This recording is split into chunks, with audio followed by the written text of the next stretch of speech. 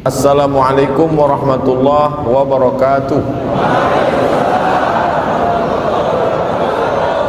Alhamdulillah wassalatu wassalamu ala Rasulillah wa alihi wa sahbihi wa man tabi'ahu wa mawalah. Subhanaka la ilma lana illa ma 'allamtana innaka antal alimul hakim. Rabbi shrah li sadri wa yassir li amri wa hlul 'uqdatam min lisani yafqahu qawli. Ad-du'a mukhul ibadah. Doa itu adalah otaknya ibadah. Jadi kalau sudah otak itu rusak, maka yang lain jadi error. Jadi kalau ada orang sholatnya rajin, ibadahnya rajin, tapi tidak mau berdoa, berarti dia sombong. Bahkan dalam sholat itu sendiri pun ada doa. Bahkan doa itu, sholat itu pun secara bahasa arti sholat itu doa. Makanya di dalam sholat itu ada doa. 8 permohonan kita di waktu yang paling pendek antara 2 sujud. Rabbighfirli warhamni wajburni warzuqni wahdini wa'afini. Lupa pula apa. Bisa diulang bersama-sama? Duduk antara 2 sujud.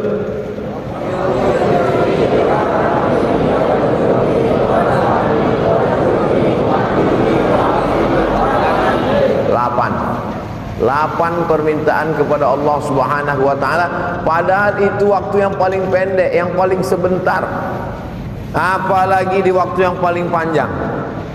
Makanya sebelum salam itu, di antara waktu yang afdal berdoa juga sebelum salam. Sampai setelah pertama dikonekkan hubungan kita dengan Nabi. Assalamu alayka ayyuhan nabiyyu wa rahmatullahi wa barakatuh. Wassalamu alayna wa ala ibadillahis salihin. Baru kita ulang lagi syahadat persaksian kita di hadapan Allah. Asyhadu an la ilaha illallah, asyhadu anna Muhammadar Rasulullah. Tiba-tiba handphonenya berbunyi, dibatalkannya sholatnya. Salam dia langsung setelah asyhadu an la ilaha illallah wa asyhadu anna Muhammadar Rasulullah. Assalamualaikum warahmatullah. Menurut mazhab Syafi'i batal sholatnya, karena dia lupa berdoa kepada Allah.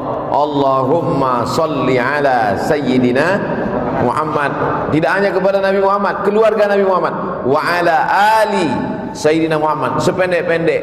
Tapi kalau kita mau lengkap, namanya sholawat Ibrahimiyah. Kama sallaita ala Ibrahim wa ala ali Ibrahim. Allahumma barik ala Muhammad wa ala ali Muhammad kama barakta ala Ibrahim wa ala ali Ibrahim fil alamina innaka Hamidum Majid.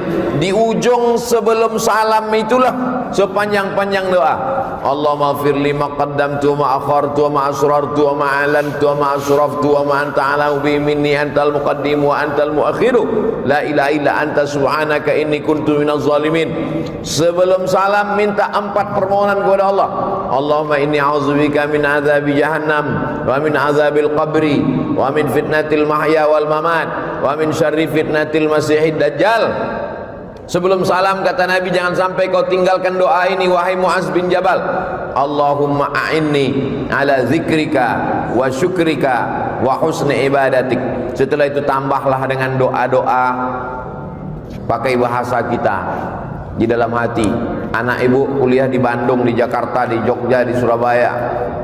Selamatkan anakku ya Allah, jangan sampai kena narkoba, jangan sampai kena covid, jangan sampai pacaran sama orang gila, jangan sampai jadi korban mutilasi, jangan sampai error otaknya, jangan sampai dia sakau, jangan sampai sarapan paginya sabu-sabu. Tapi jangan diucapkan di mulut, karena kalau pakai bahasa selain bahasa Arab, sholatnya batal. Aqrabu ma yakunul 'abdu min rabbih wa huwa sajid. Yang paling dekat seorang hamba dengan Allah waktu dia sujud. Aksiru fi du'a. Berbanyaklah doa di waktu sujud yang terakhir itu.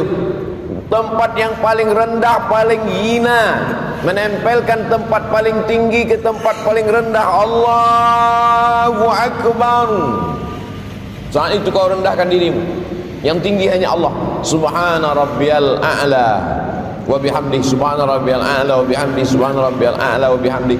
Seafdal-afdalnya tasbih itu 7 kali, yang sedang 5 kali. yang paling sedikit 3 kali. Mana yang selalu kita pakai?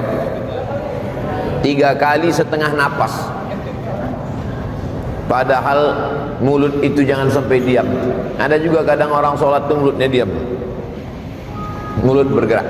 Subhana rabbiyal a'la wa bihamdi, subhana rabbiyal a'la wa bihamdi, subhana rabbiyal a'la wa bihamdi, subhana rabbiyal a'la wa bihamdi, subhana rabbiyal a'la wa bihamdi, subhana rabbiyal a'la wa bihamdi, subhana rabbiyal a'la wa bihamdi. Ada bacaan yang lain Pak Ustaz? Ada subuhun qudus rabbul malaikati war ruh. Ada bacaan yang lain Pak Ustaz? Ada sajada wajhihil ladzi khalaqahu wa sawwarahu wa saqqa samahu wa basarahu afdatahu fatabarakallahu ahsanul khaliqin. Ada bacaan yang lain Pak Ustaz? Ada Allahumma nawwir, Allahumma ij'al fi qalbi nura wa fi sam'i nura wa fi basari nura wa an yamini nura wa an yasari nura wa min amami nura wa min khalfi nura wa min fawqi nura wa min tahti nura waj'al li nura. Orang yang tidak mau berdoa adalah orang-orang yang sombong. Doa ini banyak orang tidak mau berdoa. Ketika ditanya, kenapa kau tak mau berdoa? Doa yang lama aja belum diterima Pak Ustaz. Aku tidak tahu doaku itu dikabulkan Allah atau tidak, kata Umar bin Khattab. Aku tidak tahu doaku yang lama-lama itu dikabulkan Allah atau tidak, tapi aku terus berdoa. Kenapa? Karena doa adalah ibadah. Tapi pada prinsipnya semua doa itu dikabulkan Allah. Doa itu 3. Yang pertama, dikabulkan Allah cash seperti yang diminta. Misalnya saya doa minta teh manis. Misal saya doa minta teh manis, tiba-tiba datang teh manis. Itu berarti doa itu cash kan? Atau jenis yang kedua, doa minta teh manis, tiba-tiba dibuka air putih. Berarti menurut Allah, kalau kau banyak minum teh manis Abdul Somad tak bagus, nanti kau kena diabetes mellitus. Ustadz itu kalau ceramah lehernya panas. Leher yang panas kalau disiram air gula, pita suara itu rusak. Nanti kalau sudah tua bercakap tak bersuara lagi. Apa kabar? Makanya bagus minum air putih atau teh manis?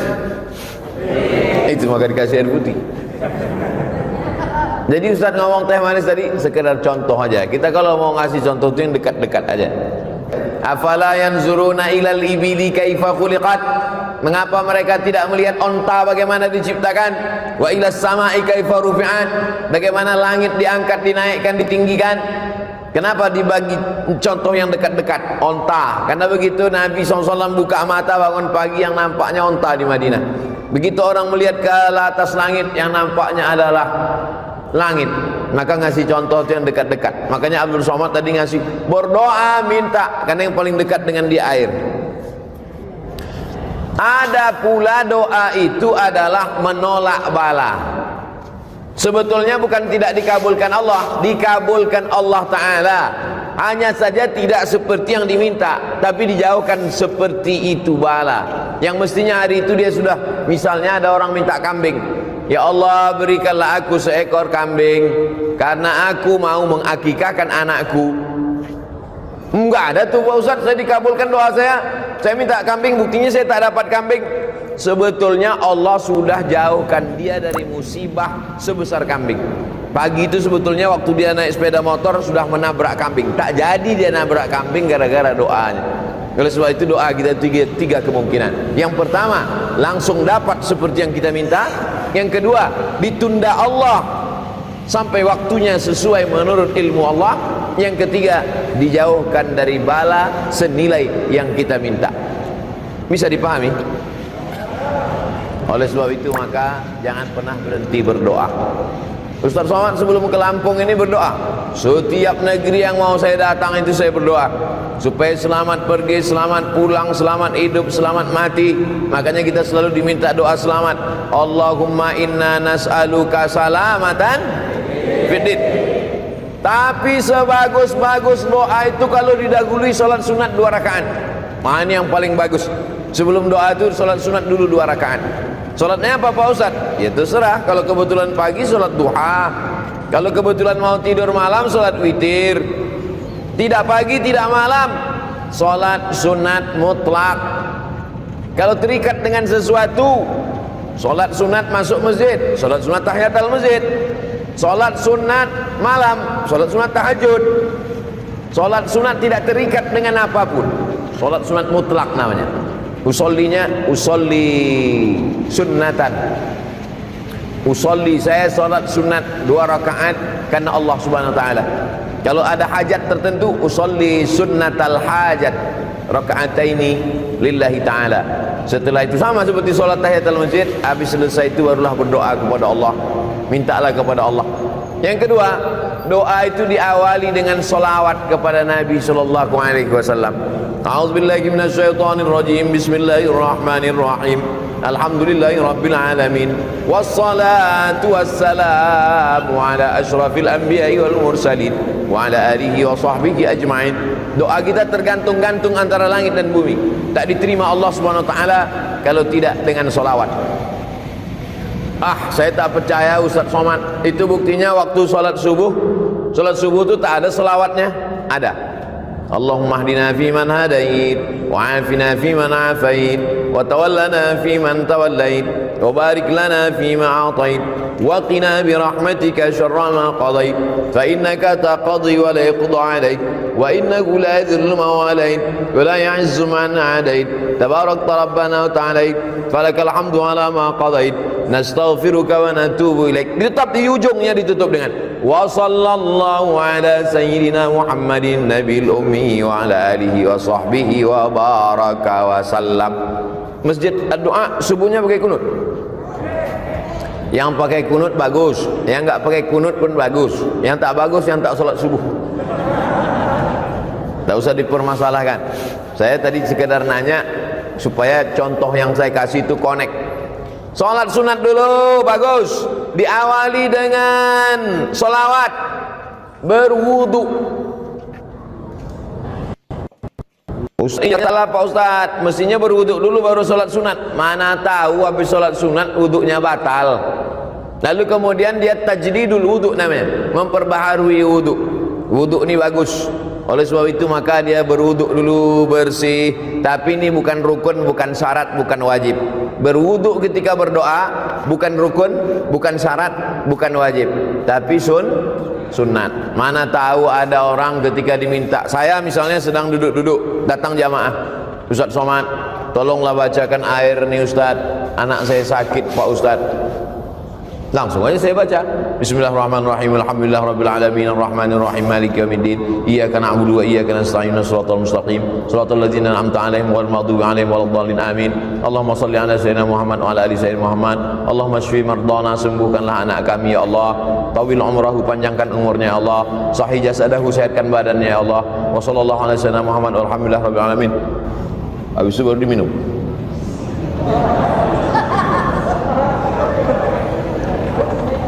Apakah mesti berwuduk dulu saya? Kalau berwuduk bagus. Andai tidak berwuduk pun tidak, sebab tidak menyebabkan jadi batal, karena dia bukan sholat. Nah ini yang ketiga. Sholat sunat dulu bagus, dengan sholawat memang disyaratkan. Berwuduk afdal.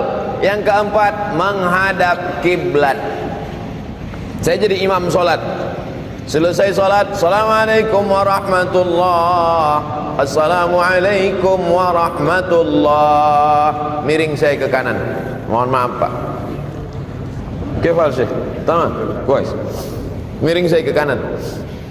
Kenapa imam itu kalau selesai sholat dia miring ke kanan? Karena makmum di belakang minta barokah sebelah kanan. Ya Rasulullah, kasihlah kami barokah sebelah kanan. Maka Nabi miring ke kanan. Tapi ada juga imam yang selesai sholat menghadap ke jamaah. Imam masjid ad-doa miring ke kanan atau menghadap ke jamaah? Kanan. Nampaknya sudah lama tak sholat berjamaah. Yang miring ke kanan baik, yang menghadap ke jamaah bagus. Yang menghadap ke kiblat nggak balik-balik ke belakang juga nggak apa-apa, karena sholatnya udah selesai. Jangan kelahi gara-gara itu. Nabi menghadap ke belakang, Nabi menghadap ke jamaah. Kenapa Nabi menghadap ke jamaah? Nabi mau inspeksi, memeriksa satu-satu. Asyahidun fulan, asyahidun fulan, asyahidun fulan. mana si fulan, mana si fulan, kenapa tidak datang sholat berjamaah, kata Nabi. Sekarang kalau ditanya begitu, mana si fulan, protokol kesehatan Pak Ustaz, mana si fulan. Nah, jadi kita tetap sholat berjamaah ke masjid. Nah, oleh sebab itu ini yang keempat, bahwa menghadap kiblat. Karena kiblat itu fawalli wajhaka syatral masjidil haram. Hadapkanlah arah wajahmu ke Masjidil Haram. Bukan Allah di dalam Ka'bah itu, na'udzubillah. Laisa kamitslihi syai'un. Allah tak sama dengan makhluk. Walam yakul lahu kufuwan ahad. Kenapa kalau salat itu menghadap ke arah kiblat? Karena kiblat itu qiblatud doa. Karena kiblat arah Ka'bah itu adalah qiblatud doa. Kiblatnya doa ke sana, maka kita berdoa ke sana. Kelima, kalau kita berdoa sendiri diaminkan oleh orang lain, maka yang berdoa diaminkan itu lebih afdal. Qad ujibat da'watukuma, doa kalian berdua dikabulkan Allah. Padahal yang berdoa satu orang. Yang berdoa itu Nabi Musa alaihissalam, tapi yang mengaminkannya Nabi Harun. Rabbi shrah li sadri, lapangkan dadaku. Wa yassir li amri, mudahkan urusanku. Wahlul 'uqdatam min lisani, hilangkan sesuatu yang mengganggu lidahku. Yafqahu qawli, supaya aku bicara orang lain faham. Saya sudah bicara 27 menit, dimulai jam 4, sekarang jam 4 27 menit. Paham tak jamaah selama saya bicara 27 menit nih? Rabbi shrah li sadri wa yassir li amri wahlul 'uqdatam min lisani yafqahu qawli waj'al li waziran min ahli, jadikanlah untukku seorang penolong, Harun akhi, Nabi Harun yang menyelamatkan, menolong aku menghadapi Bani Israel. Ya Allah, Nabi Harun mengaminkan, amin. Ini sekarang banyak orang berdoa, yang lain tak ada mengaminkan. Allahumma inna nas'aluka salamatan fid din wa afiatan fil jasad wa ziyadatan fil ilmi wa barakatan fil rizqi wa taubatan qabla al maut. Yang lain diam aja, terserah kau lah mau kabul mau tidak. Nah, jadi kita menyebutkan amin. Amin artinya kabulkanlah ya Allah. Itulah mengapa selesai baca Al-Fatihah amin.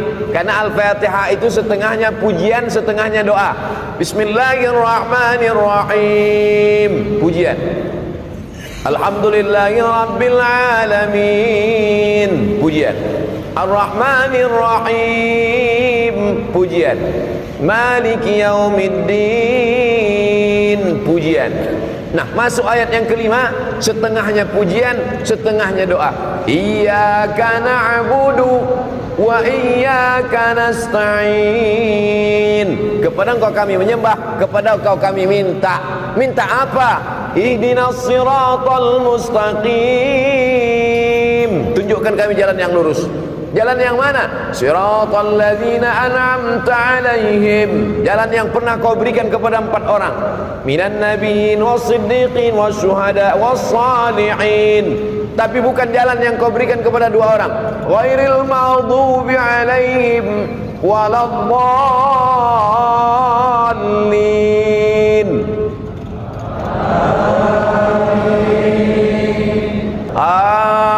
Amin. Arti amin, istajib ya Allah, kabulkanlah doa kami ya Allah. Makanya kalau ada orang berdoa itu kita katakan amin. Yang keenam, dianjurkan sebelum berdoa itu puji-pujian, memuji dulu. Ya Rabbana lakal hamdu kama yanbaghi jalali wajhikal karimi wa 'azimi sultanik. Ya Rahmanu ya Rahim ya Malik ya Quddus ya Salam ya Mu'min ya Muhaimin ya Aziz ya Jabbar ya Mutakabbir ya Khaliq ya Ba'iri ya Musawwir ya Ghaffar ya Qahar ya Wahhab ya Razzaq ya Fattah ya Alim ya Dzal Jalali wal Ikram ya Fa'alul lima yurid ya man qada amran innama yaqulu lahu kun fayakun ya Malikal Mulki. Nah, itu semua adalah puji-pujian. Walillahil asmaul husna, Allah punya nama yang baik-baik, fad'uhu biha, berdoalah kepada Allah dengan menyebut nama-namanya itu. Ya Rahman, Ya Rahim, Ya Malik, Ya Qudus, Ya Salam. Di ujung-ujung Ya Ahad, Ya Somad. Ada nama Allah. Qul huwallahu ahad, Allahus samad. Itu mesti saya sebutkan. Tak mungkin tak saya sebutkan kan? Lalu kemudian setelah itu barulah minta kepada Allah. Makanya kadang Pak Kiai berdoa itu lama sekali, menyampaikan puji-pujian dulu kepada Allah, karena pujian itu bukan punya kita. Jangan mau dipuji-puji gila pujian. Ijabul mar'i binafsihi unwanu dha'fi aqlihi. Orang yang suka dipuji-puji itu menunjukkan akalnya lemah. Kalau ada orang suka dipuji-puji, itu akalnya lemah. Oleh sebab itu jangan mau gila dipuji-puji. Cukup yang memuji itu hanya Allah Subhanahu wa ta'ala. Makanya Nabi Muhammad SAW itu tak pernah memuji dirinya. Nabi menyiapkan pasir. Kata Nabi, siapa yang memuji-muji kamu melebihi melampaui batas, fa'suwa ala wujuhimit turab, lemparkan pasir itu ke wajahnya. Kalau ada yang suka muji-muji, siapkan pasir. Begitu dia muji. Kenapa? Karena itu berarti salah satu jebakan-jebakan setan. Oleh sebab itu jangan gila pujian. Makanya di dalam Fatihah itu kita pujiannya hanya milik Allah. Alhamdulillahi Rabbil Alamin. Segala puji milik Allah Subhanahu wa ta'ala. Jadi yang kita puji itu Allah. Maka setelah itu barulah kita memuji Nabi Muhammad SAW. Lalu kemudian memuji Allah, memuji Nabi, memuji malaikat-malaikat, memuji orang-orang soleh. Nah, itu kemudian barulah berdoa kepada Allah Subhanahu wa ta'ala. Itu yang keenam. Yang ketujuh adalah bahwa kita berdoa itu ud'u rabbakum tadarru'an wa khufyah. Berdoalah kamu kepada Allah itu tadarru'. Tadarru' artinya rendah diri, rendah hati, merendah. Makanya kadang ada orang yang berdoa itu sampai menangis, apalagi doa malam i'tikaf 10 Ramadan. Nah, yang ketujuh ini adalah bagaimana kita berdoa itu merendahkan diri. Ya Allah, aku hambamu yang banyak dosa. Ya Allah, mataku berdosa, telingaku berdosa, otakku berdosa, hatiku ini angkuh, sombong. Ilahi lastu lil firdausi ahla. Aku tak layak masuk surga ya Allah. Wala aqwa 'alan naril jahimi. Tapi aku juga tak kuat masuk neraka ya Allah. Dzunubi mithlu adadir rimali. Dosaku sebanyak pasir di pantai, sebanyak buih di tengah lautan ya Allah. Tapi aku yakin dan percaya, fa innaka ghafirudz dzambil 'azimi. Engkau pengampun dosa-dosa. Faghfirli, ampunkanlah dosaku ya Allah. Allahumma anta rabbi, la ilaha illa anta khalaqtani wa ana 'abduka wa ana ala ahdika. Aku ni hambamu ya Allah. Ala ahdika, aku ni berada dalam perjanjian denganmu ya Allah. Wa wa'dika mastata'tu a'udzubika min syarri ma sana'tu abu'u laka bi ni'matika alayya. Aku datang membawa nikmat, nikmat mata, nikmat telinga, nikmat sehat, nikmat suara, nikmat badan, nikmat otak, nikmat jantung, nikmat hati, nikmat buah pinggang, nikmat paru-paru. Wa abu'u bi dzambi. Aku datang membawa nikmatmu, tapi justru aku datang membawa dosa yang begitu banyak. Faghfirli, ampunkan aku ya Allah. Fa innahu la yaghfirudz dzunuba illa anta. Tidak ada yang bisa mengampunkan dosa ini, hanya Engkau ya Allah. Begitu kalau doa minta ampun. Gimana orang berdosa tapi tak merasa dirinya berdosa, tak mengaku berdosa? Fabku, kata Nabi, menangislah kamu. Kalau kamu belum sanggup menangis, buat dirimu seakan-akan menangis. Oleh sebab itu maka buat diri kita ini merasa rendah, merasa hina, merasa tak ada apa-apa, merasa kita akan mati, merasa kita akan masuk ke liang lahat dijepit oleh tanah, merasa amal kita tak bisa menolong kita. Oleh sebab itu maka ketika kita sedang merasa diri kita rendah, man tawadha'a lillah, siapa yang merendahkan dirinya karena Allah, illa rafa'ahu Allah, maka Allah akan mengangkat derajat dia insyaallah. Ini semua jamaah yang merendahkan diri di bawah ini akan diangkat Allah derajat. Lalu kemudian yang ke-8, berdoa kepada Allah itu la tajhar bi salatika, jangan suaramu melengking terlampau tinggi, wala tukhafit biha, jangan pula sampai tak kedengaran, wabtaghi baina dzalika sabila, carilah antara itu, jangan melengking terlampau tinggi, jangan pula sampai tak ada suara sama sekali. wabtaghi baina dzalika sabila. Cari yang pertengahan. Berdoa pertengahan. Ini kadang ada orang berdoa sampai tak kedengaran sama sekali. Apa yang kau minta tadi? Antara aku dengan Tuhan aja. Sebetulnya kalau kita nggak bersuara, Allah tahu nggak? Tahu. Wa na'lamu ma tuwaswisu bihi nafsuh.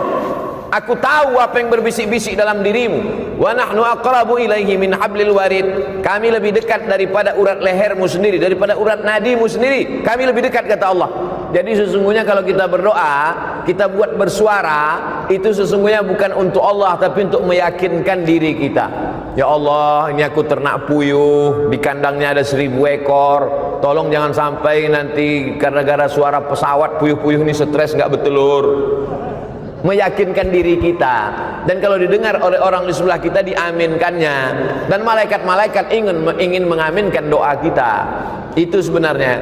Tapi kemudian jangan kita berdoa terlampau melengking seperti orang marah-marah. Ini sekarang banyak orang doa seperti marah. Allahumma inna sallallahu fiddin wa antum fil jasad wa antum maut. Allahumma inna nas'aluka salamatan fid din wa afiyatan fil jasad wa ziyadatan fil ilmi wa barakatan fil rizqi wa taubatan qabla al maut. Yang kesembilan, kalau berdoa itu tangannya naik ke atas. Nabi SAW naik ke atas mimbar, sahabat di bawah. Sahabat yang di bawah itu melihat, apa kata sahabat? Bayadha ibataihi, kami melihat putih ketiak Nabi. Jadi Nabi itu jubahnya lengannya besar. Jubah orang-orang di Mesir, jubah lengan itu besar. Jadi Nabi itu ngangkat tangan gini sampai nampak putih ketiak Nabi. Apa pelajaran dari hadis ini? Bahwa Nabi itu kalau berdoa ngangkat tangan ke atas. Pelajaran yang kedua, bahwa Nabi itu sangat putih, saking putihnya ketiaknya pun putih. Kita memang tak melihat Nabi, tapi hadis Nabi itu menceritakan bagaimana putihnya kulit Nabi SAW. Sekarang anak gadis iklannya ketiak hitam. Lalu kemudian apa maknanya? Nabi yang sudah dijamin Allah masuk surga, yang dikabulkan doanya, tapi tetap mengangkat tangan ke atas. Ini sekarang ada pula orang berdoa tangannya di atas meja. Itu apa maknanya? Ada orang berdoa tangannya di atas lutut. Maksudnya terserah ya Allah, mau kasih, tidak pun tidak apa-apalah. Mintalah, kalau kamu berdoa itu ihris ala ma yanfa'uk, bersemangatlah engkau atas sesuatu yang bermanfaat untukmu. Makanya kadang kalau kita tengok para habaib waktu malam, sallallahu ala Muhammad marhaba, sallallahu alaihi wasallam marhaba. Tengok naik Habib Umar bin Hafiz, naik tangannya ke atas. Tuan-tuan Syekh naik tangannya ke atas. Oh, kalau begitu Allah itu di atas, Pak Ustaz. Lah, Allah munazzahun 'anil jihatis sit. Allah suci dari 6 arah. Tidak di depan, tidak di belakang, tidak di kanan, tidak di kiri, tidak di atas, tidak di bawah. Karena Allah suci dari tempat. Allah sudah ada sebelum tempat itu ada. Maka ketika dia menciptakan tempat, dia tidak mengambil tempat. Karena kalau dia menciptakan tempat lalu dia mengambil tempat, berarti dia berubah sebelum ada tempat dengan setelah ada tempat. Kalau dia berubah, berarti dia keluar dari sifat qadimnya. Allah itu lawan dari sifat qadim, mukhalafatul lil hawadis. Wujud, qidam, baqa, mukhalafatul lil hawadis. Allah sudah ada sebelum tempat itu ada. Maka kalau dia mengambil tempat setelah tempat ada, berarti dia berubah sebelum tempat itu ada. Berarti dia berpindah. Kalau berpindah bukan Allah. Laisa kamitslihi syai'un. Mesti dimatangkan sifat 20-nya lagi. Wujud, qidam, baqa, mukhalafatul hawadis, qiyamuhu bi nafsihi wahdaniyah, qudrat, iradat, ilmun, hayat, sama', basar, kalam. Oleh sebab itu maka tauhidnya mesti kuat kepada Allah Subhanahu wa taala, maka dia mengangkat tangan. Cara mengangkat tangan ketika berdoa, yang pertama, telapak tangannya menghadap ke langit.